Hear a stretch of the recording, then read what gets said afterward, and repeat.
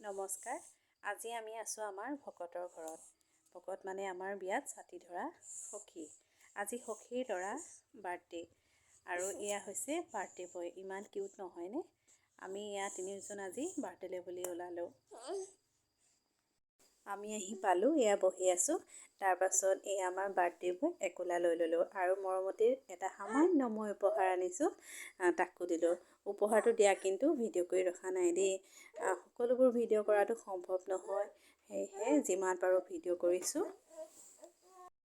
আৰু ইয়াক যে দেখিছে, ই ভকতৰ ডাঙৰ ল'ৰা প্ৰিয়ম দেই। আৰু তাৰপাছত আমি ভাত খাবলৈ বুলি বহিলোঁগৈ আৰু বাকী ৰাইজেও খাই আছে। আহি আছে ৰাইজ, গৈ আছে খাই বৈ। আৰু কেক কটা পৰ্ব অলৰেডি হৈ গ'ল, আমাৰ অহা যিহেতু দেৰি হ'ল। ভাত পানী খাই কিছু সময় থাকিলোঁ। তাৰপাছত এয়া ঘৰলৈ যাওঁ বুলি আকৌ দেহাটোক অকণমান ল'লোঁ, কিন্তু আমাৰ দেহাজনীয়ে ল'বলৈ নিদিয়ে তাই। চাওকচোন, তাইহে উঠি এৰিলেহি মোৰ কোচত। আৰু তাৰপাছত যাওঁ বুলি ক'বলৈ গৈ এয়া আমাৰ ভকতনী দেই, খুব লাজ কৰে কেমেৰাত সন্মুখত আহিবলৈ। আজি একেবাৰে উঠাই দিলোঁ ভিডিঅ' কৰি।